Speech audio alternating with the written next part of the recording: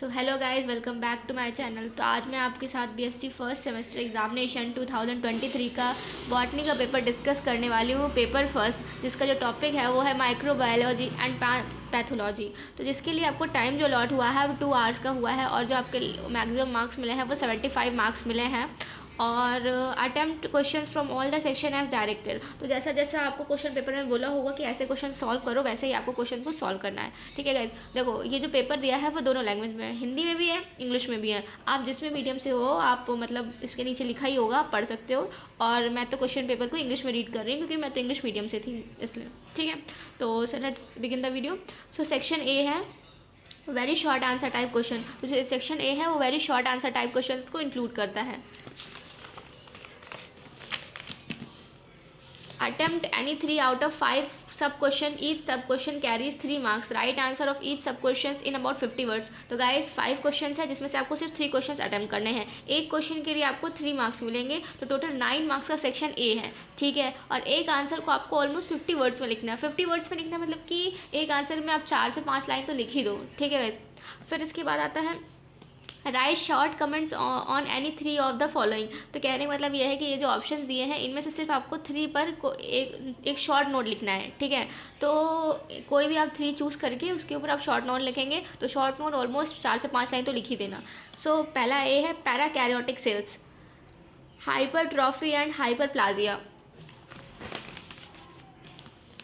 Resolving power, helotism, coenobium. ठीक है, अब सेक्शन बी आता है शॉर्ट आंसर टाइप क्वेश्चन। तो attempt any 4 out of 7 questions, each question carries 9 marks. Write answer of each question in about 225 words. तो guys 7 question होंगे, ठीक है, जिसमें से ऑलमोस्ट आपको 4 क्वेश्चन करने हैं। एक क्वेश्चन के लिए आपको 9 मार्क्स मिलेंगे, तो टोटल 36 मार्क्स का सेक्शन बी है। ठीक है, तो सेक्शन जो ए था वो हमारा 9 मार्क्स का था, जो सेक्शन बी है वो हमारा 36 मार्क्स का है। ठीक है, और एक आंसर को ऑलमोस्ट आपको 225 वर्ड्स में लिखना है। तो 225 वर्ड्स में मतलब कि ऑलमोस्ट 1 पेज तो आप लिख ही दो, ऐसा लिखना है। मतलब ऑलमोस्ट, थोड़ा कम ज़्यादा होगा तो कोई बात नहीं, बट 1 पेज तो एक लिख ही दो। Write structure of volvox, what is lichen, give type of the lichen on the basis of morphology, describe structure of bacterial cell, differential gram positive and gram negative bacteria.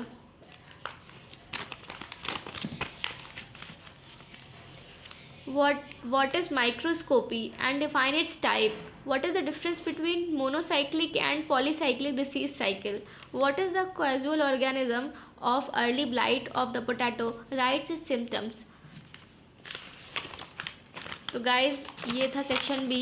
ठीक है, तो इसमें almost आपको 7 क्वेश्चन दिए हैं, जिसमें से आपको सिर्फ 7 क्वेश्चन मतलब 4 क्वेश्चन अटेम्प्ट करने हैं। ठीक है, एक क्वेश्चन के लिए आपको 9 मार्क्स मिलेंगे, तो 36 मार्क्स का ये है। और 1 पेज में तो आपको लिख ही देना, मतलब ऑलमोस्ट 225 वर्ड्स में लिखना है। ठीक है, हिंदी इंग्लिश दोनों में है। अब आते हैं हम सेक्शन सी में।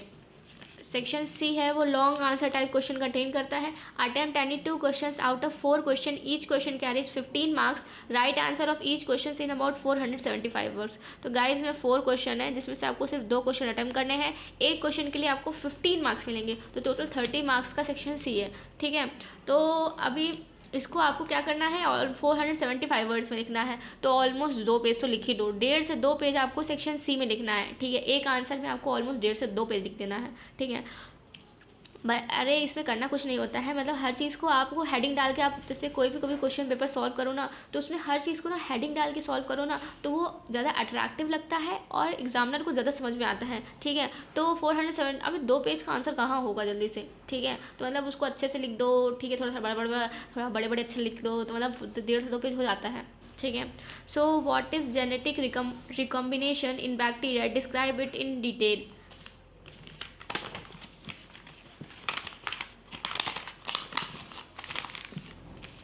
Describe in detail the life cycle of Paxina graminis. Describe in detail the life cycle of Adogenium with label diagrams. What is bacteriophage?